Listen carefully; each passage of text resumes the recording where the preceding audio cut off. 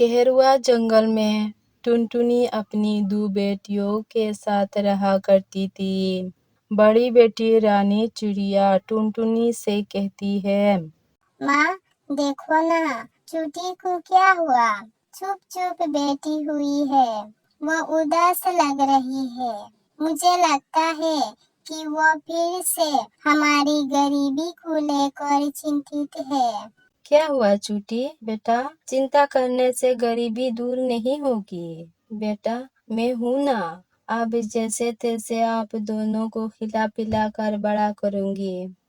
और जब तुम दोनों बड़े हो जाओगे तब तो हमारी कोई भी चीज की कमी नहीं रहेगी। हाँ माँ, हम जब बड़े हो जाएंगे खूब सारा मेहनत करेंगे और आपकी किसी भी चीज की कमी नहीं रखेंगे। अच्छा बेटा, अब ये चिंता छोड़ो। और हाँ, मैं अब थोड़ा बाहर जा रही हूँ। तुम दोनों बहन मिलकर खाना खा लेना। हाँ माँ, हम खाना खा लेंगे, आप जाओ, चिंता मत करो। रानी चिड़िया और चूटी चिड़िया को ऐसे समझाकर टुनटुनी चिड़िया अपनी काम पर चले जाते हैं। लेकिन थोड़ा देर होने की वजह से उसका मालिक कड़कनाथ सेठ की बीबी टुनटुनी को बहुत चिल्लाती है। क्या टुनटुनी?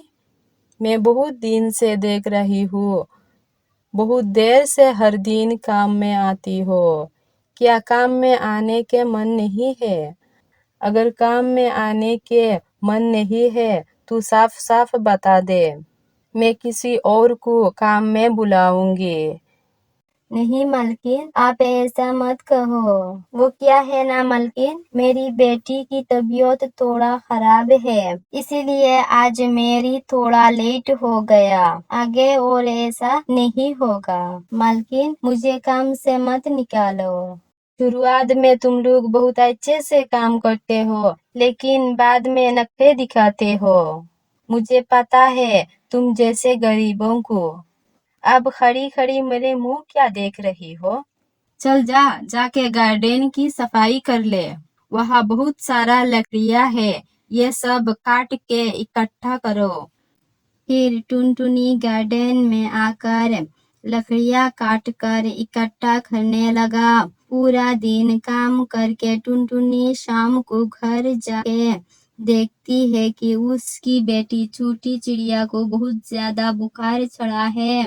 ऐसे करके चूटी चिड़िया को 3 दिन तक बहुत ज्यादा बुखार होने के कारण टुनटुनी कदरनाथ सेठ के घर काम करने को नहीं जा सकी। 3 दिन के बाद जब चूटी चिड़िया को थोड़ा आराम मिला तो टुनटुनी अपने सेठ के घर काम करने के लिए गए।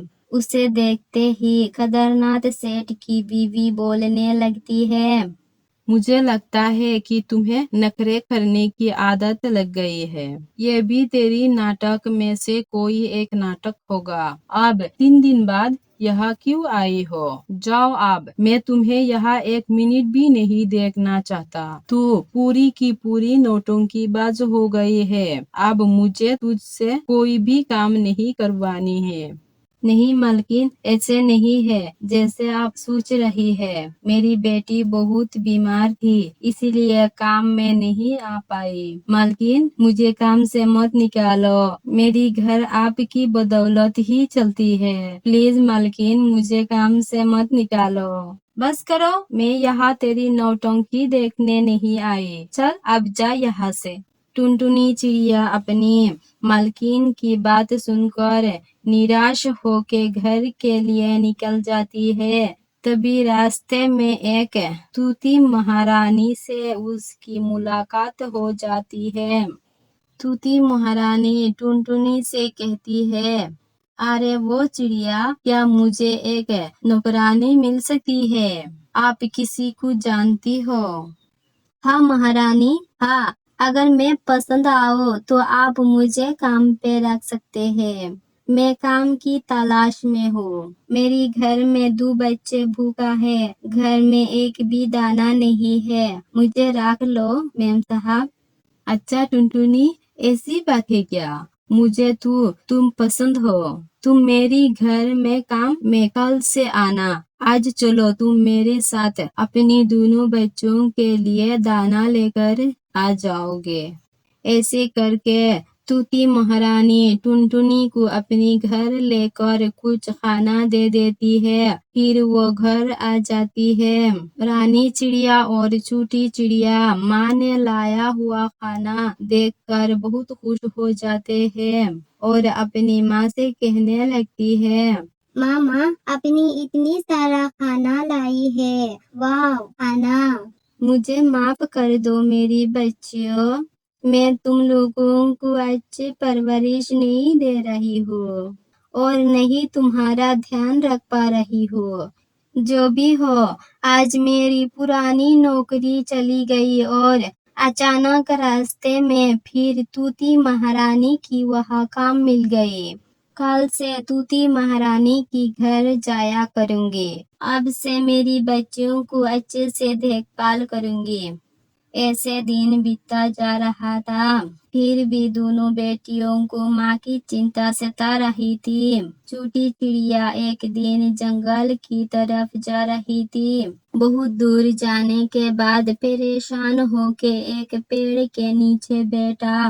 तभी छोटी चिड़िया देखती है कि एक पक्षी झाड़ियों के नीचे दबा हुआ था। तभी छोटी चिड़िया उसके पास जाकर कहती है, अरे ओहो, तुम तो इन झाड़ियों में फंस गई हो, रुको अभी मैं तुम्हें निकालती हूँ। छोटी चिड़िया किसी तरह से उस पक्षी को झाड़ियों से बाहर निकालता है और पास की नदी से पानी लाकर उसे पिलाती है। पानी पीने के बाद वह पक्षी छोटी चिड़िया को बोलने लगती है, तुमने मेरी मदद की है चिड़िया, अब मैं तुम्हें कुछ उपहार देती हूँ। मेरी मामा ने अफ्रीका की जंगल से लाया हुआ जादुई लिपस्टिक की बीज देती हूँ। जादुई लिपस्टिक की बीज है चिड़िया, जादुई लिपस्टिक की बीज।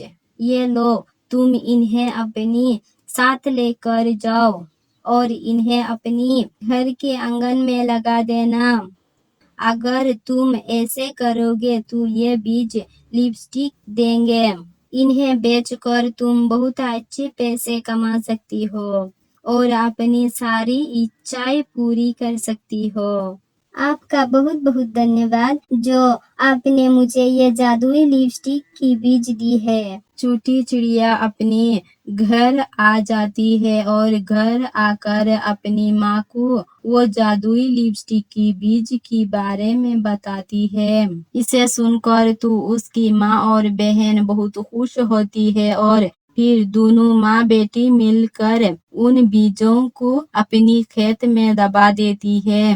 अगली सुबह जब तीनों माँ बेटी अपनी खेतों में आती है तो देखती है कि उनकी खेत में तो बहुत सारा लिपस्टिक की पौधा लगा हुआ है और उन पर काफी सुंदर सुंदर लिपस्टिक लगी हुई है। इन्हें देखकर वो तीनों बहुत खुश होती है और फिर एक टोकरी भर लिपस्टिक तोड़ लेती है जो छोटी चिड़िया बाजार में उन्हें बेचने के लिए जाती है तो वह आवाज लगाती है, लिपस्टिक ले लो, लिपस्टिक सुंदर सुंदर रंग बिरंगी लिपस्टिक, जादुई लिपस्टिक ले लो, आओ आओ सुंदर सुंदर लिपस्टिक।